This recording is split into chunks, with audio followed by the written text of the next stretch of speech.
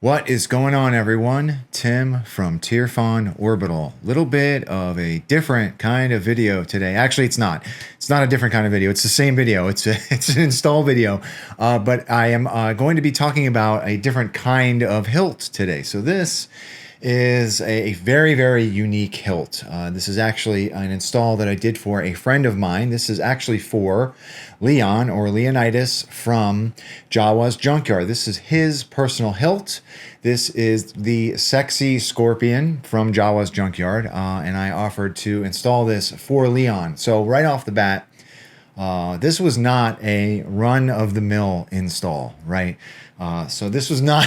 This was a very challenging install. It's not your typical straight tube lightsaber to install for, so this one was a little bit of a challenge, right? So I don't want to come into Fusion and talk about the chassis because there really isn't a chassis in this thing. It's a very, very bare bones battery holder in this guy, but I do want to talk a little bit, obviously, about how to use it, and I do want to talk about my approach and what I went about doing for this particular install, right? Because we did have to make some compromises as far as battery size and things of that nature, right? So without further ado, let's come up top and talk about this guy. Okay, so here it is, right? The Sexy Scorpion from Jawa's Junkyard. So like I mentioned, this is actually Leon's personal hilt. Very, very unique, skeletonized, in my opinion, lightsaber hilt, right? This thing is really, really unique. So right off the bat, the first thought that I had as an installer was, how in the hell am I going to get a battery and a board in this thing, right?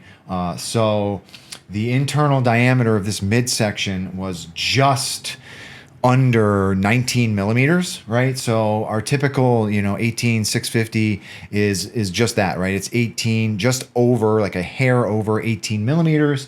So I knew I wouldn't be able to stack like a board and a battery in here. In this section, I had just enough room for a speaker and vice versa. Like I knew I obviously wouldn't get a board in here. So I had to make some compromises in this section, right?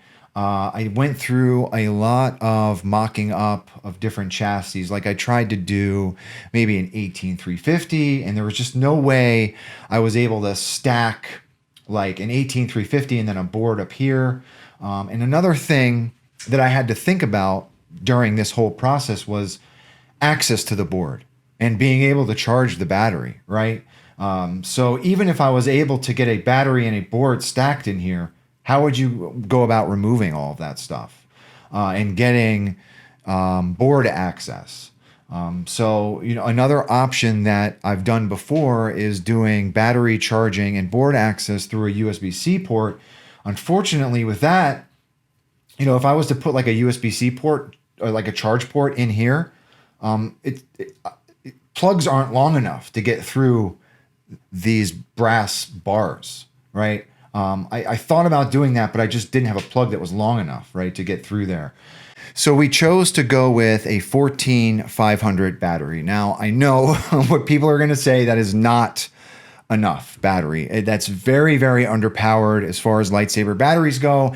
Unfortunately, that was really the only option we had, and I spoke to Leon about this, and he was okay with that. He's not going to be putting a blade in this and using it a lot. This is probably going to remain a shelf queen.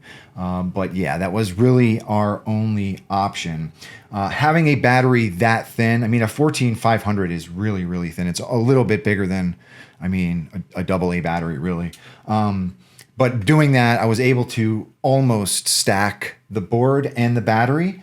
So the board is high up enough in this section so that the USB port on the board is high up enough so you can get to the board if you need to.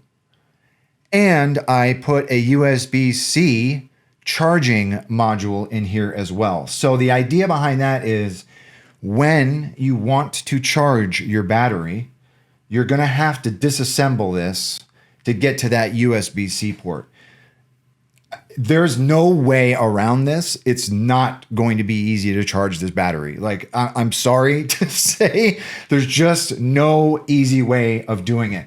I thought about maybe putting like an external charge port on here, but there was just no hole big enough to put a charge port. And again, like there was no charge port long enough to get onto the inside of the inner body of it.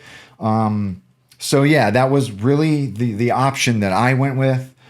It's just, there's no easy way around it, right? So I'm going to walk you through like taking this apart whenever you need to charge your battery. Hopefully you don't have to do it a lot because it's a little bit of a painful process, but yeah. So that is what I went through, or that was the approach that I went with for this install. Down here, there is a 28 millimeter speaker. This is from Smugglers Outpost. And that's pretty much it, right? Up top, we've got a PCB emitter. This is from CCSabers. Just do also keep in mind, another thing I want to mention, that this was sent to Mr. Jeremy over at Solo Sabers to do a 7/8 inch blade holder. The PCB emitter is also in a PCB holder that is press fit down up in here. I didn't want to pop a hole for a set screw up here. I didn't want to like ruin this because this looks really, really nice. So I didn't want to like pop a hole in there. So that is just kind of press fit up in there as well, right? So let's talk about how to get at this charge port, okay? Because this is not fun. I'm like a full disclosure, like this is just not a fun process, right? So I start with this upper section. So there are Phillips head screws on this spine, as I'm sure you know, right? So you want to take those off.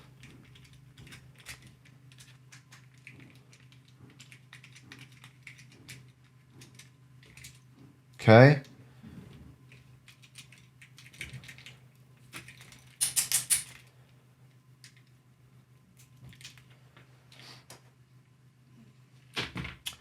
And then I also take off the Phillips screws for this midsection.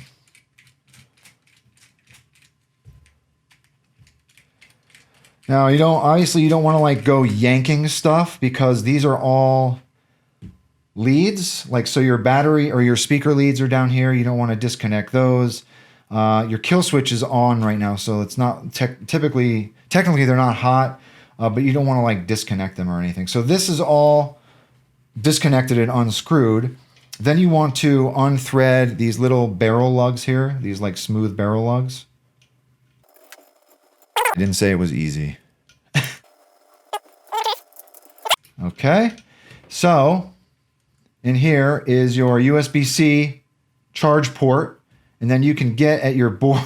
Listen, I told you this is not easy, okay? This is not a very elegant solution, but this is the way it is, right? So charge port is in there. That is USB-C charge port, and then your board. I will include a USB-C cable.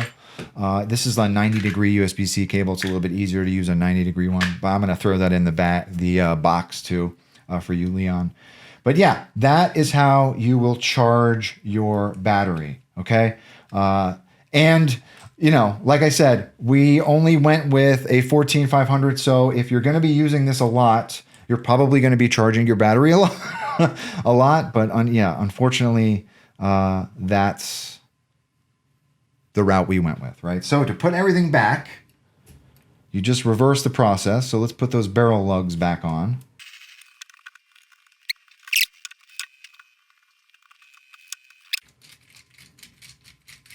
All right.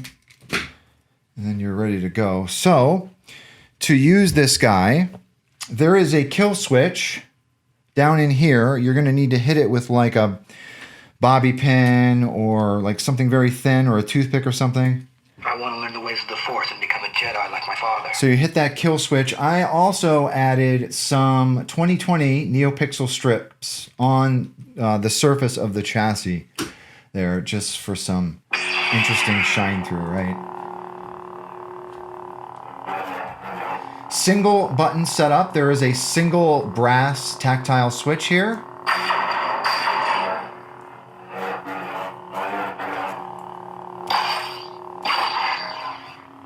And that's it. Let's come down to the bottom. Okay. So there it is, the sexy scorpion. It's a good sounding hilt. Very interesting looking hilt. This was a challenge. It was a challenge to install. I've said this before. One of my favorite things to do, right, is to engineer a solution to install hilts, like challenging hilts, right? That's one of my favorite things to do. I don't like saying no.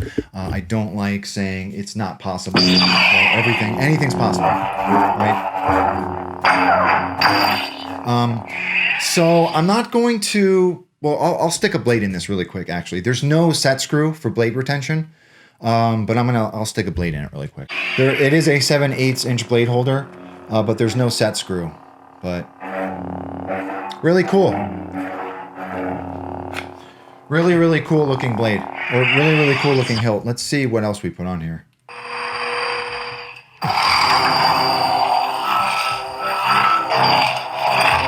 Right?